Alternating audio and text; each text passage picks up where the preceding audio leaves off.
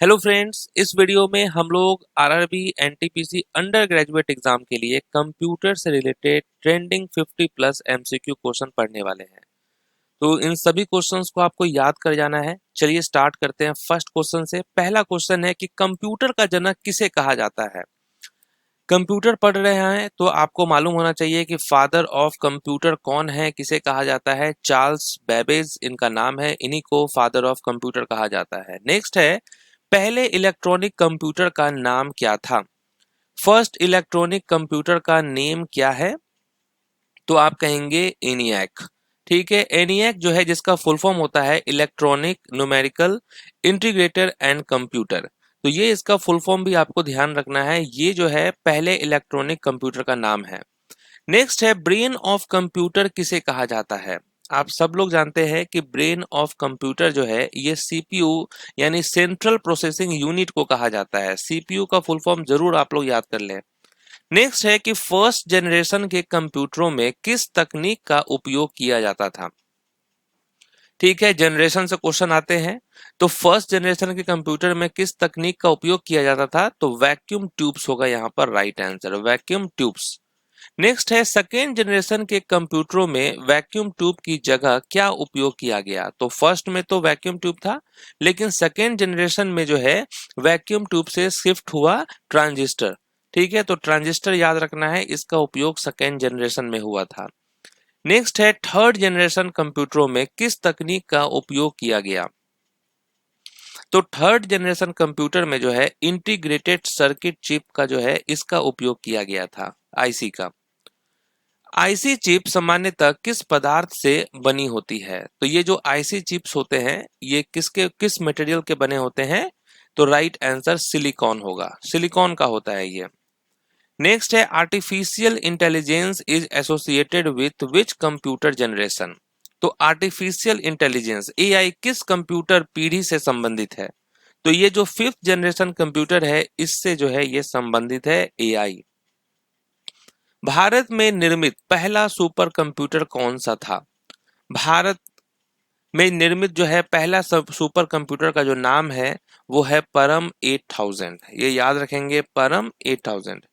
Next है, computer में अस्थाई यानी परमानेंट मेमोरी को क्या कहा जाता है। तो परमानेंट मेमोरी को क्या कहा जाता है, रोम कहा जाता है, जिसका फुल फॉर्म होता है रीड ओनली मेमोरी। ये जो है परमानेंट मेमोरी है। कंप्यूटर में वॉलेटाइल मेमोरी कौन सी होती है, अस्थाई मेमोरी जो है वो कौन सी होती है। तो राइट आंसर होगा रैम, जिसका फुल फॉर्म है random access memory. Computer memory की सबसे छोटी इकाई क्या है, स्मॉलेस्ट यूनिट क्या होता है कंप्यूटर मेमोरी का, तो वो होता है बिट। ठीक है, ध्यान रखेंगे बिट जो है, ठीक है, ये स्मॉलेस्ट यूनिट है। How many bits are there in one byte, एक बाइट में कितने बीट होते हैं।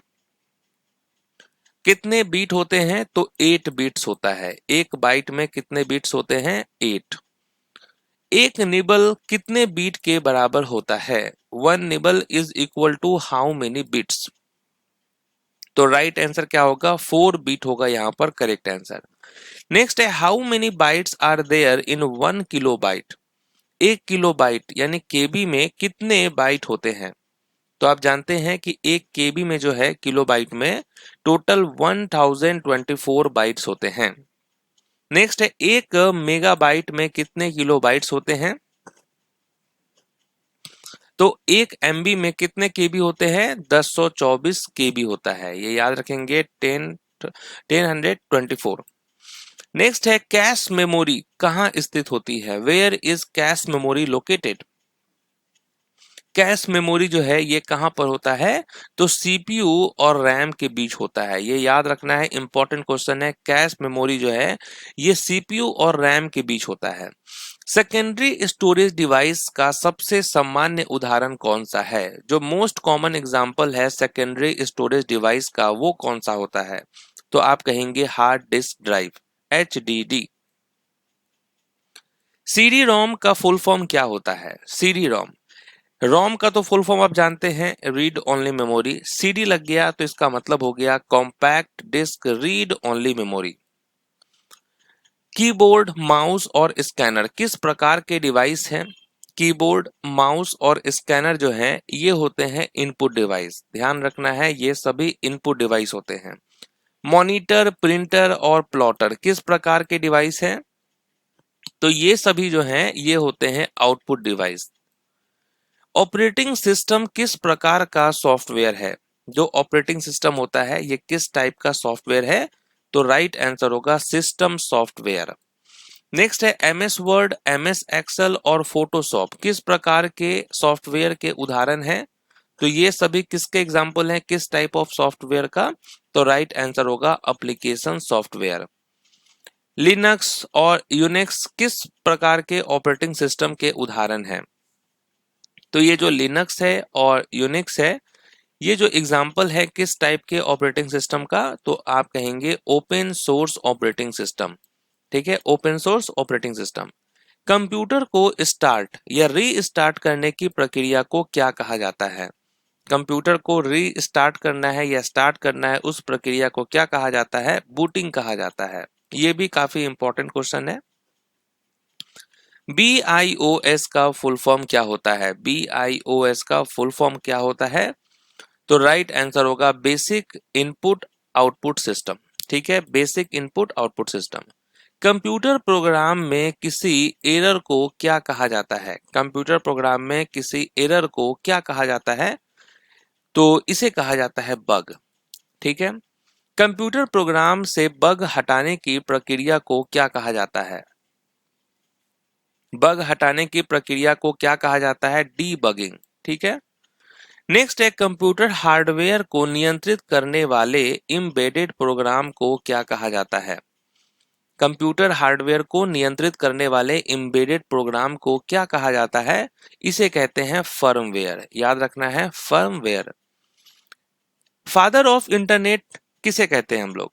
इंटरनेट का जनक किसे माना जाता है? ये भी काफी इंपॉर्टेंट क्वेश्चन है, तो ध्यान रखना है जो विंड सर्फ है इन्हें कहा जाता है father of internet. Tim Berners Lee इन्हें क्या कहा जाता है? Father of world wide web. ठीक है, he is known as the father of the world wide web. उसके अलावा रे टॉमलिंसन जो है इन्हें कहा जाता है मॉडर्न इलेक्ट्रॉनिक मेल का इन्वेंटर। बिल गेट्स जो हैं ये फाउंडर हैं, को फाउंडर है किसके? माइक्रोसॉफ्ट के। तो और दुनिया के सबसे पैसे वाले भी हैं ये। नेक्स्ट है किसी वेबसाइट के पहले पृष्ठ को क्या कहा जाता है? First page of a website is called. First page को हम कहते हैं होम पेज।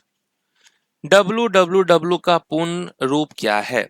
www का फुल फॉर्म क्या होता है? World wide web. ठीक है, वर्ल्ड वाइड वेब। नेक्स्ट है वर्ल्ड वाइड वेब का आविष्कार किसने किया? तो अभी हमने देखा था कि www का जो इन्वेंटर है वो कौन है? वो है टिम बर्नर्स ली। नेक्स्ट है किसी वेब पेज के यूनिक एड्रेस को क्या कहा जाता है? Unique address of a web page is called. इसे हम कहते हैं URL और इसका फुल फॉर्म तो बहुत ज्यादा इंपॉर्टेंट है, यूनिफॉर्म रिसोर्स लोकेटर। ये भी याद रखना है, यूनिफॉर्म रिसोर्स लोकेटर। ईमेल का आविष्कार किसने किया था?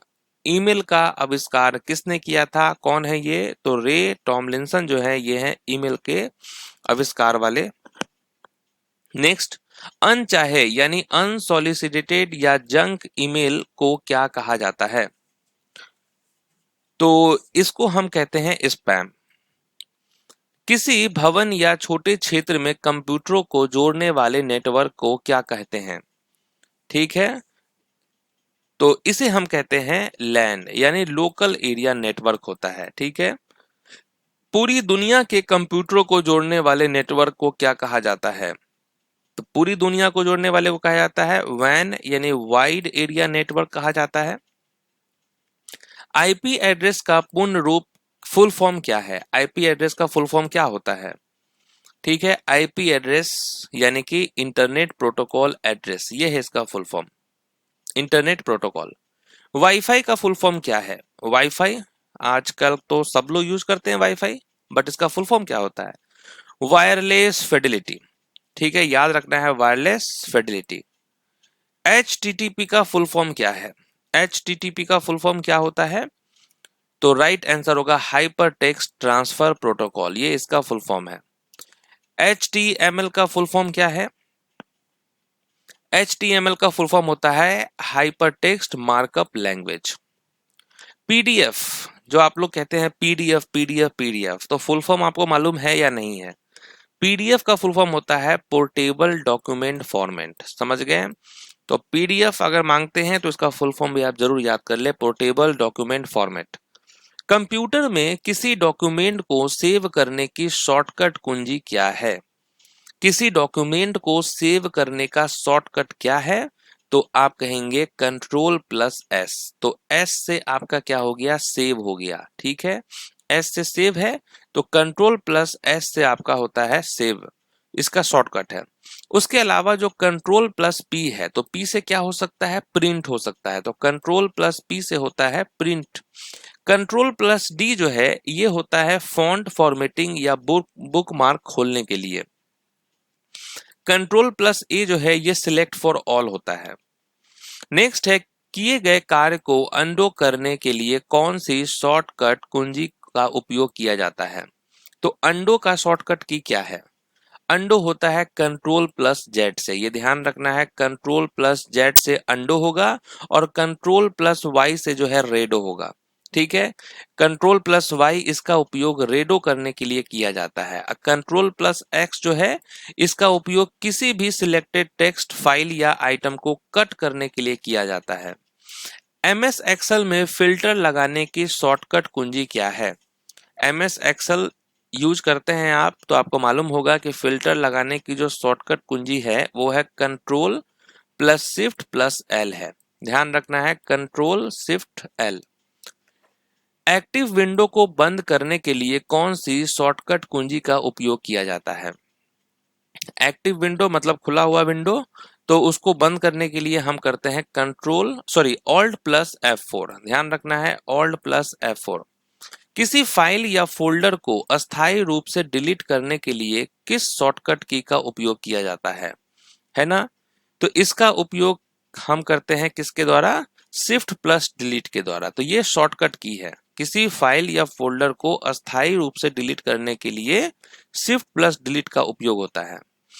कॉपी की करने के लिए कौन सा शॉर्टकट की यूज होता है? कॉपी करना है हमको तो हम Ctrl+C से कॉपी करेंगे, Ctrl+V से जो है हम पेस्ट कर देंगे, जो कॉपी किए उसको पेस्ट कर देंगे। Ctrl+P से हम प्रिंट कर लेंगे, Ctrl+X से जो है हम सिलेक्ट कर लेंगे, ठीक है, कट करेंगे, ठीक है, कट करते हैं X से। नेक्स्ट है पेस्ट करने के लिए किस शॉर्टकट की का उपयोग होता है? पेस्ट हमको करना है तो Ctrl+V से जो है हम पेस्ट करते हैं। तो यहां पर देखिए कंप्यूटर के जो ट्रेंडिंग क्वेश्चन है अंडर ग्रेजुएट लेवल के लिए, उसका हमने कंप्लीट रिवीजन किया है। मिलते हैं नेक्स्ट टॉपिक में, तब तक के लिए ऑल द बेस्ट।